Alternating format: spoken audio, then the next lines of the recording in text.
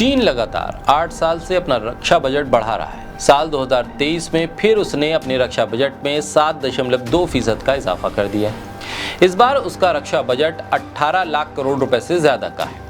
ये भारत के रक्षा बजट से करीब 3 गुना बढ़ा। आने वाले वक्त में ये देखना होगा कि चीन के साथ जिस तरह के ताल्लुकात भारत के हैं, सरकार किस स्तर पर जाकर चीन के साथ मुकाबला करने के लिए तैयार होगी। चीन लगातार 8 साल से अपना रक्षा बजट बढ़ा रहा है। साल 2023 में फिर उसने अपने रक्षा बजट में 7.2% का इजाफा कर दिया है। इस बार उसका रक्षा बजट 18 लाख करोड़ रुपए से ज्यादा का है। ये भारत के रक्षा बजट से करीब 3 गुना बढ़ा है। भारत का रक्षा बजट इस साल 5,94,000 करोड़ रुपए है। चीन से पहले अमेरिका, जापान, जर्मनी, फ्रांस और ब्रिटेन ने अपना रक्षा बजट बढ़ाया है। भारत के साथ जुड़ी एलएसी पर मई 2020 में पूर्वी लद्दाख में पीएलए के जरिए हुई आक्रामक कार्रवाई के नजरिए से ये अहम समझा जा रहा है। अपने रक्षा बजट पर सबसे ज्यादा खर्च करने वाले देशों में अमेरिका के बाद चीन का दूसरा नंबर है। 1 फरवरी को भारत की वित्त मंत्री निर्मला सीतारमण ने सदन में 2023-24 का केंद्रीय बजट पेश किया और इसमें रक्षा बजट को पिछले साल के 5.25 लाख करोड़ से बढ़ाकर 5.94 लाख करोड़ रुपए कर दिया। ऐसे में सवाल यह है कि कितने तैयार हैं हम चीन के आगे।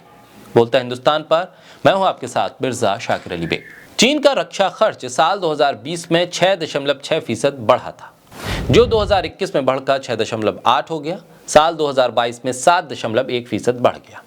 चीन की योजना है कि वो अपने सेना को विश्व स्तरीय बनाए। 2 साल पहले ही राष्ट्रपति शी जिनपिंग ने कहा था कि वो अपने देश की सेना को ऐसा बनाएंगे जो दुनिया के किसी भी कोने या देश में जाकर जंग जीताए। चीन अपनी सेना के आधुनिकीकरण में सबसे ज्यादा जिस चीज को इंपॉर्टेंस दे रहा है वो कॉम्पैक्ट टैक्टिक्स है और एडवांस वेपन। चीन चाहता ही नहीं है कि सैनिकों को ज्यादा मेहनत करनी पड़े।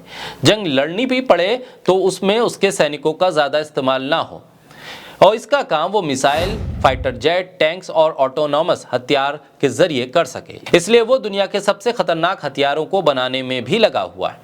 पिछले साल ही सैटेलाइट तस्वीरों से इस बात का खुलासा हुआ था कि चीन 119 मिसाइल साइलो बना रहा है। ये साइलो परमाणु हथियारों से लैस लंबी दूरी की मिसाइल है, यानी ICBM।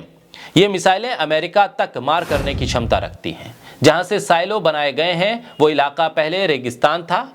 इसे कोविड काल के दौरान ही विकसित किया गया है। अब पूरी दुनिया कोविड से जब जूझ रही थी तब चीन अपने हथियारों की ताकत को बढ़ा रहा था। परमाणु हथियारों के मामले में चीन 5वां सबसे ताकतवर देश है। इसके पास 350 परमाणु हथियार हैं।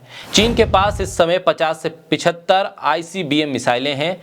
4 परमाणु मिसाइलों से लैस पनडुब्बियां हैं जिन्हें बढ़ाकर 9 करने की तैयारी है। चीन के पास H-6 नाम का एक बम वर्षक विमान है। ये परमाणु हथियार भी ले जा सकता है। चीन के पास मौजूदा समय में सबसे ताकतवर परमाणु ICBM मिसाइल है DF-5। इसकी रेंज करीब 15,000 किलोमीटर है, यानी इसकी जद में अमेरिका के कई शहर आते हैं। चीन का थिएटर कमांड बहुत ज्यादा मजबूत है। उसकी तीनों सेनाएं तेजी से किसी भी दुश्मन पर एक साथ हमला कर सकती हैं, वो भी बेहद सामंजस्य के साथ। चीन एक अत्याधुनिक बम वर्षक विमान बना रहा है जिसका नाम जियान H-20 है।